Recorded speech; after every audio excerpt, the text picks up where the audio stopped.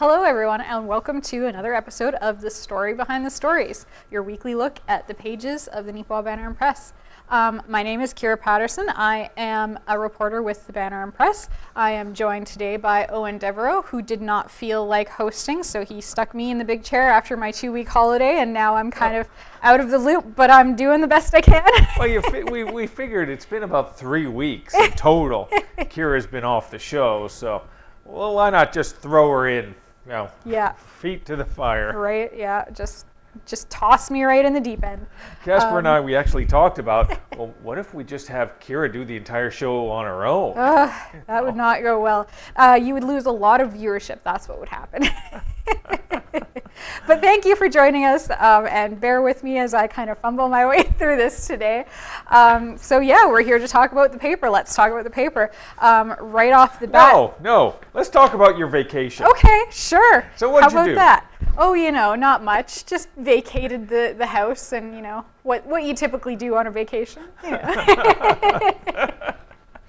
I'm the host. I control the conversation. Don't you be throwing me off now. All right, yes, you're in the big chair.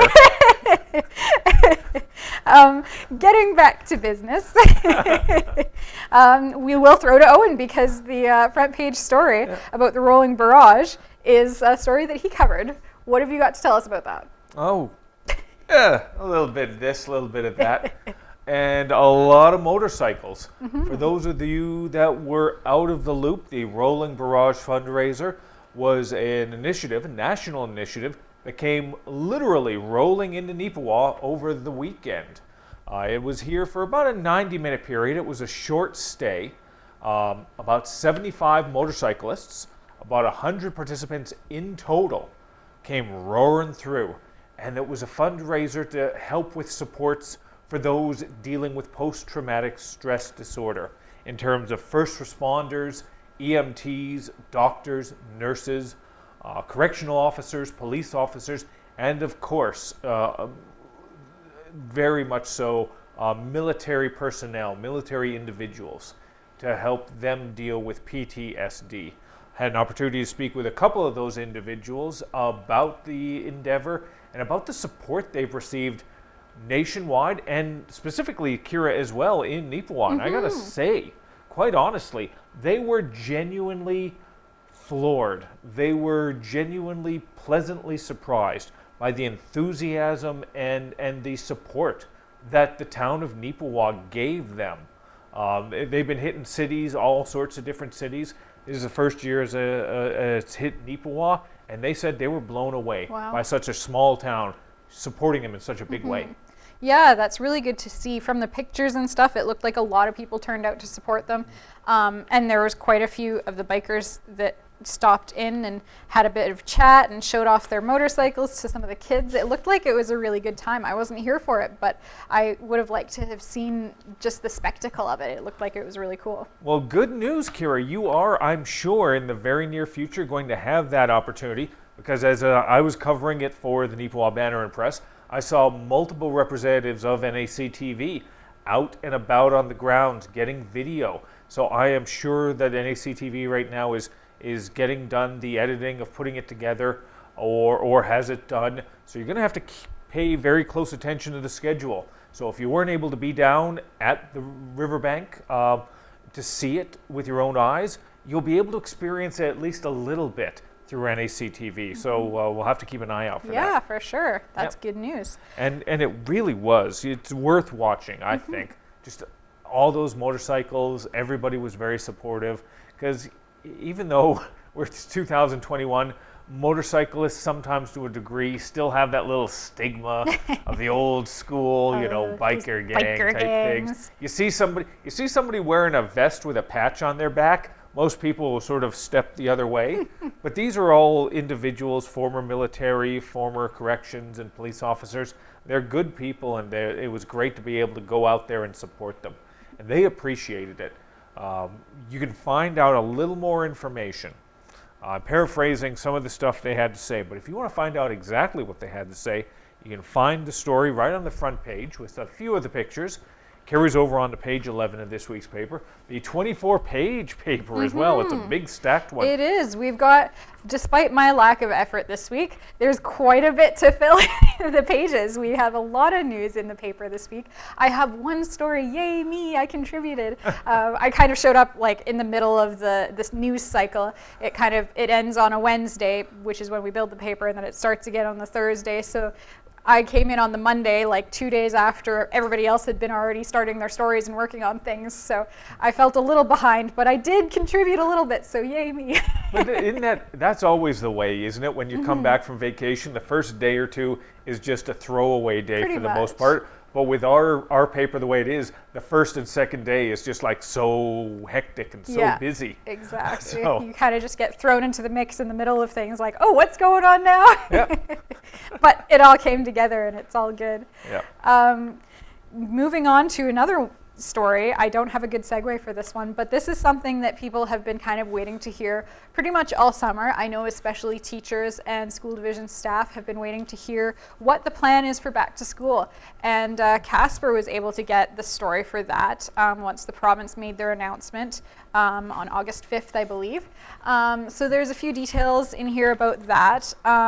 Obviously, there are still going to be some restrictions, some things about trying to keep the kids separated as much as possible. Masks are recommended, but not mandatory.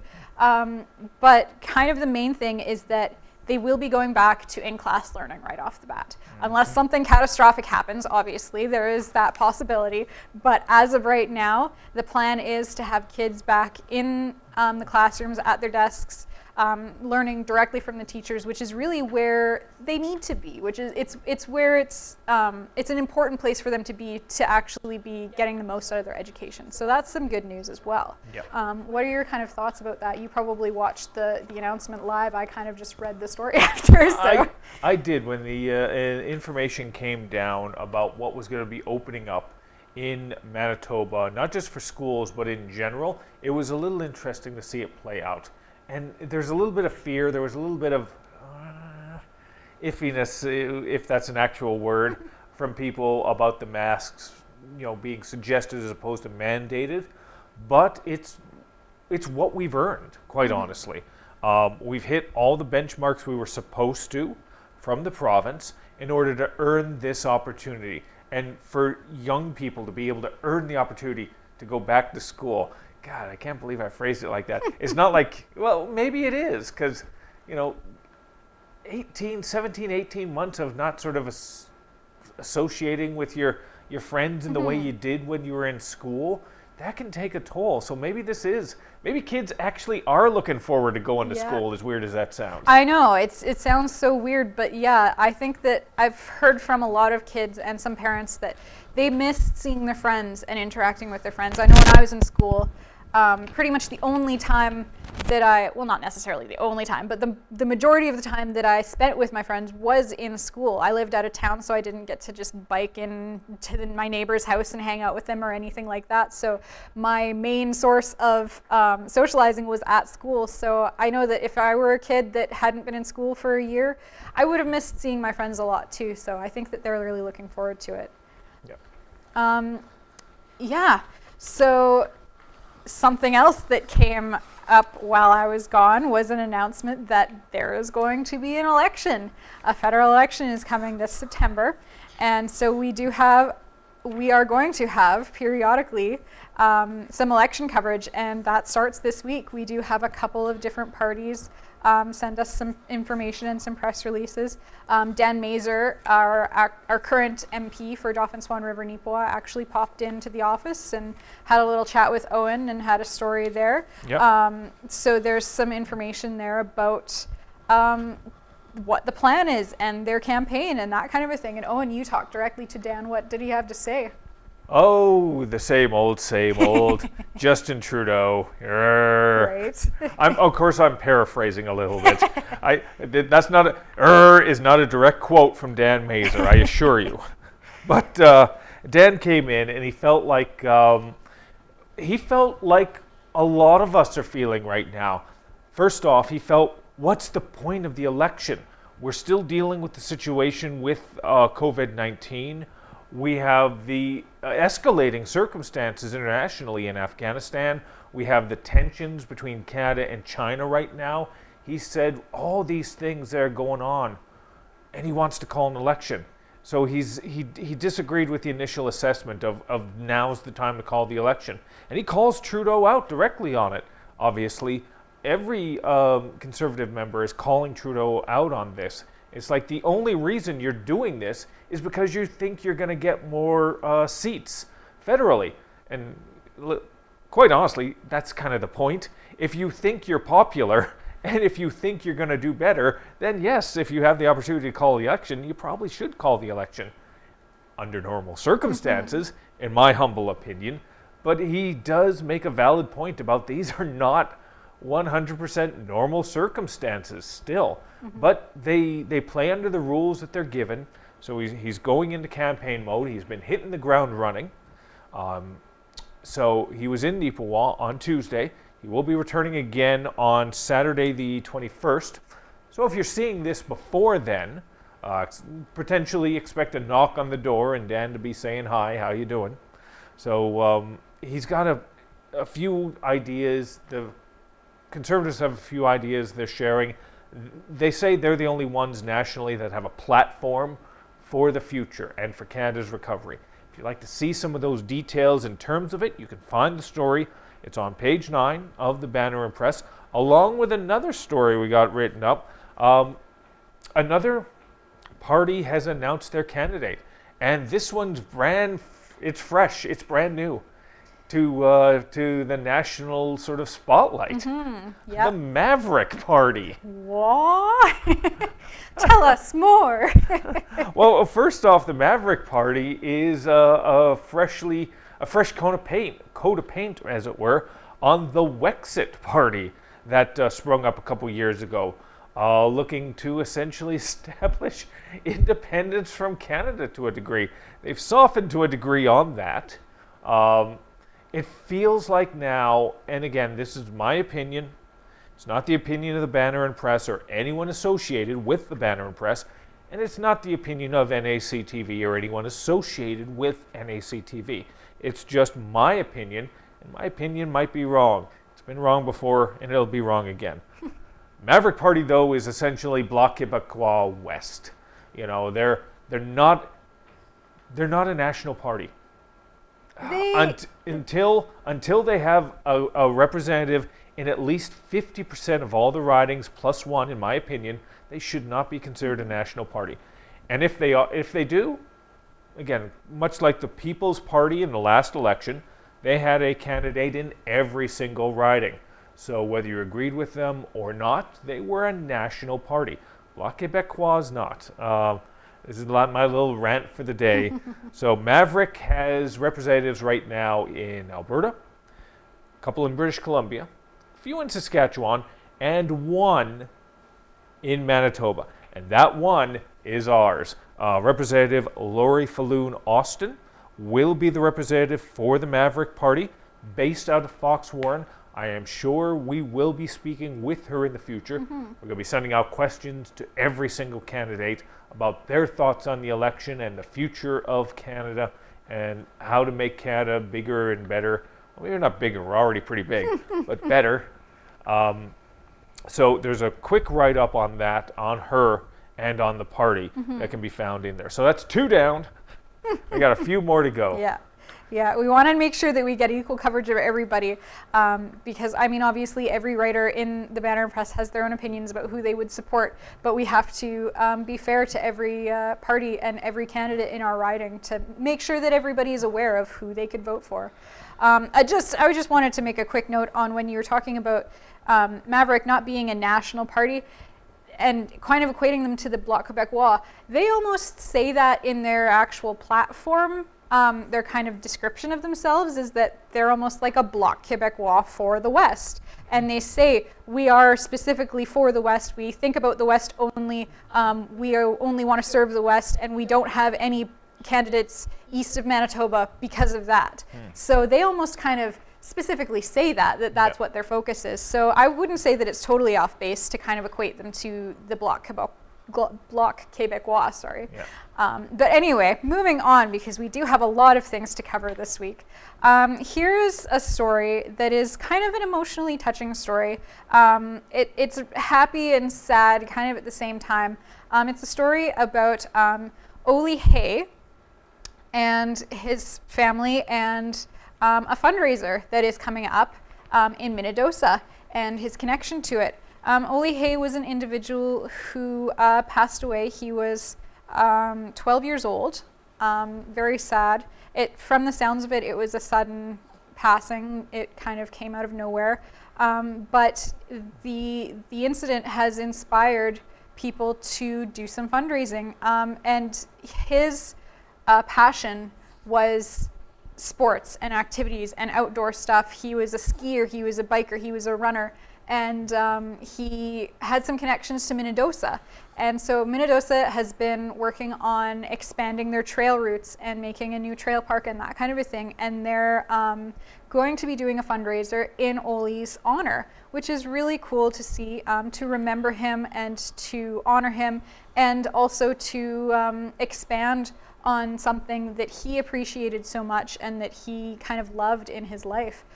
Casper did this story. I didn't have a chance to reread through it again recently, so I don't want to say too much because I don't want to misspeak, but it was a really touching story, and it was really cool to see just how it has inspired so much action in Manitoba, but also kind of across the country as well. That's true, Kira. And this is the type of story that has garnered more attention than even just from locally. I'll give a shout out to Minnedosa Tribune. When I was in Minnedosa today, I saw that they had a story written up on this, not the entire front page of their paper, but just along the edge of their front page. Wonderful. So I'm very, very much want to give a shout out to that, if you get an opportunity to see that. And as well, CTV News, based out of Winnipeg, did a broadcast about a 4 or 5 minute news update on their evening news about it recently. You can find that on YouTube. You can find out a little bit more of that. He was based out of Alberta, I believe, but he does have family roots in Minnedosa. He came out to Minnedosa on a regular basis to visit with family, was familiar with the trails. So it is sad, anytime a life is extinguished in any way, shape, or form. It is unfortunate, but something can come out of it. And if you want to find out more information about how you can support it, you can go to valleyliferec.ca, if I remember correctly, and you can find out a little bit more. Yeah, Casper did a great job on the story, talked directly to Valley Life Rec as well as Oli's parents, and got some background detail on all of that. So definitely give that a read. It's on page 13 of this week's paper, and also check out Valley Life Rec to check out more information about the fundraiser as well. And again, just a little behind the scenes on that. When it comes to writing these types of stories, these ones usually are one of the hardest ones to write. You don't know how to sort of approach an individual who has suffered such a loss. I mean, you want to be respectful under the circumstances. But at the same time, you want to share that story in the best light, in the best way possible. So kudos to Casper for stepping up like that, speaking to the family in a time of turbulence and sorrow, and being able to sort of share their story and their child's story with the masses. Yeah, very emotional stuff. Speaking of emotions, I had a segue this time. The story that I spoke about earlier, the one story that I did, I had kind of gotten a bit of a start on it last month, because it has been something that's been ongoing for a little bit, but it's Emotions and Tea, which is a bubble tea truck that is based in Neepawa. And it started just over a month ago, and they sell bubble tea, which is a cold kind of sweet tea with tapioca bubbles or jelly pieces whatever tickles your fancy. You know, it's delicious, it's chewy, it's sweet, and it's refreshing. And you would know. Yeah. You would know. You and Diane Warner from the Banner Press have pretty much been keeping that thing running and operational and making a profit. We kind of frequent it. It is very good. It's kind of a big fad almost in some of the big cities. At Polo Park recently, when I was on holidays, I was in Winnipeg, and Polo Park has probably 4 or 5, maybe 6 different places that sell it. Did you try every single one? I didn't try any of them, actually, no. What? I'd been meaning to, but it was always like kind of a weird time that we were there that I wasn't really feeling like having anything to eat or drink, so I didn't end up trying any of it there, but that's okay because I've tried it here, and it's really good. And if you're not familiar with the truck, you've probably seen it and you just didn't know what it was. I don't know if you can really see on this little thing here, but you'll have to pick up a hard copy of the banner to see the picture. It's a very, very colorful truck, and it's hard to miss. Usually parked outside of the old co-op, kind of on the other side of the Salvation Army. And yeah, she's been doing really well. She's so excited. Her name is Christine Saavedra. I think that's how you say it. She started this business, and she's so excited that it's hit off, blown up in such a way that she's doing really well. It wasn't for the money.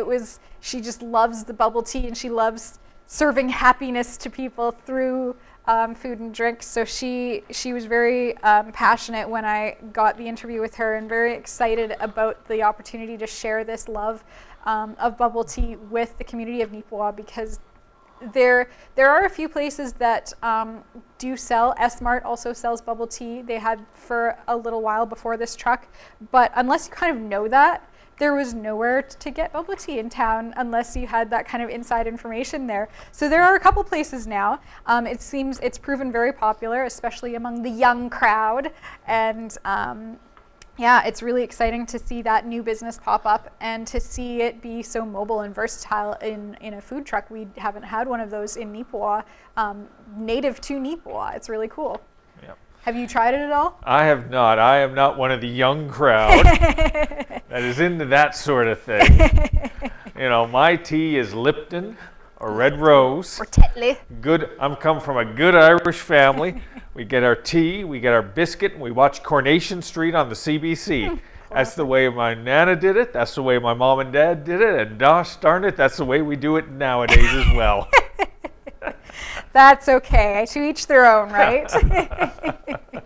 But it does sound like, and they come in with them all the time, and they do look great as well. Surprising. You'll have to try it sometime, just to say you have. It's a bucket list item. I mean, I know you're running out of time for your bucket list. So there's a few holes in the bucket. So you better get on that, Eoin. Keeping things moving, here's another really good story that I definitely wanted to highlight, because I know we won't have time to talk about everything, but this one is really good. And again, Casper came in with a quick last-minute story lead here, and got our page 2 story of a new centenarian for Neepawa, Olga Code. She is turning 100 in September, early September, September 4th to be exact. And so Casper got a little bit of Olga's background and how she's lived her life, and how they're going to be celebrating her 100th birthday. They have a come and go tea celebration planned that's going to be at the CEC in the United Church, kind of the little community auditorium type thing that they have there. Yeah, it's a big thing to celebrate, and it's amazing that we can actually celebrate these things now. There have been some people that turned 100 and all we could do for them was a drive-by parade, which is great, but you'd love to be able to see these people in person and talk to them in person. So it's really exciting that Olga will be able to do that and see people in person and have a bit of a chat and celebrate in a real way, right? That is nice. And Casper had an opportunity to speak with her about some of her experiences over those 100 years. So a wealth of experience and some interesting stories that she shared with us on that. You can find that, as Kira said, on page 2. We are kind of getting a little low on time, and we've got a few other things on our list to cover. I wanted to ask you, Eoin, what is kind of the most important thing that we haven't covered yet that you think should be mentioned? Well, let's give a shout out just right across on page 3, our travel and entertainment. The Inuit art exhibit traveled into Neepawa recently. It was essentially a mobile art gallery with about 50 Inuit art pieces, pictures, sculptures. It was unbelievable to see. I hope you had an opportunity to see it when it poured in. It came in on the Wednesday, if I remember right, Wednesday the 11th, and it was here for the afternoon. It's a tour that they're doing throughout all of Manitoba.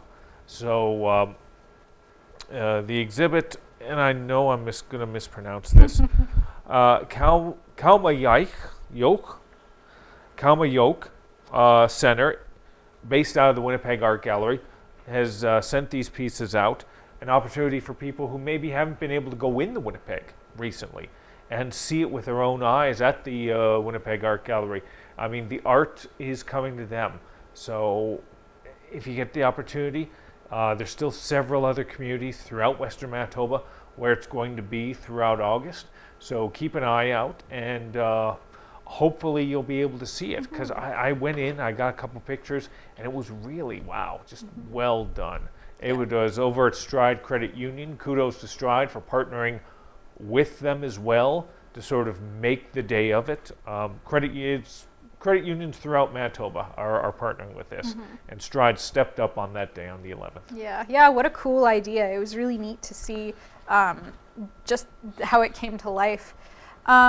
Another thing I think that we should shout out is he quite often gets a shout out. A young athlete, Hayden Devereux, seems to do really well on the golf course, and Eoin was able to kind of see how that went this past weekend, I believe. Oh yeah, recently the Neepawa Golf and Country Club had their annual club championship. Every year, members of the club, they come together and they play a couple rounds and they say who's the best of the best. And quite honestly, as I say in the story, it was only a matter of time before Hayden Devereux was going to have his name at the top of the leaderboard for the club championship. Maybe we didn't expect it to happen this quickly. He's only 15 years old at this time, but he didn't just win this year's club championship. Oh, he dominated the course.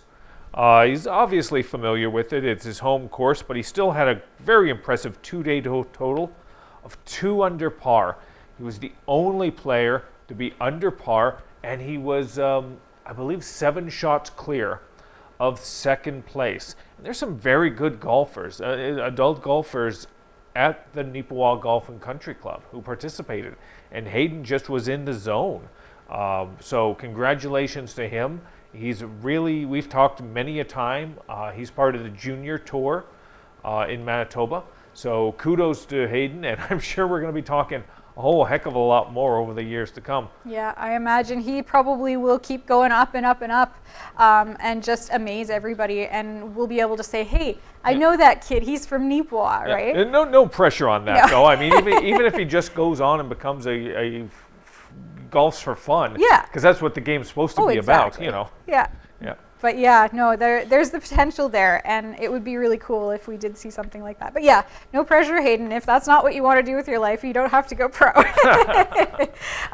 Yeah, we are coming up short on time. There's so much to cover. As Eoin said, it's 24 pages. There's still council. There's still stuff about the gasification project in Minnedosa that's continuing on. There's lots to see in this week's paper, so make sure you pick it up and read through it and read all the stories, because there's so much good information. But we also have to work on another week, so we got to wrap things up. For next week, we hope that maybe you will send us some letters, some thumbs up or down, story leads, pictures, whatever. If you have something to suggest to us or send to us, we are always happy to receive those things. You can email news@neepawabanner.com. You can give us a call at 476-3401. Pop down to the office 423 Mountain Avenue, or you can send ads because we do need to pay the bills. And so you can send those to ads@neepawabanner.com. Yeah, just keep in touch. We love to hear from you, and we love to be able to give you the story behind the stories. Thank you again, Eoin, for joining me today. And thank you guys for watching and keeping up to date with what's happening in Neepawa.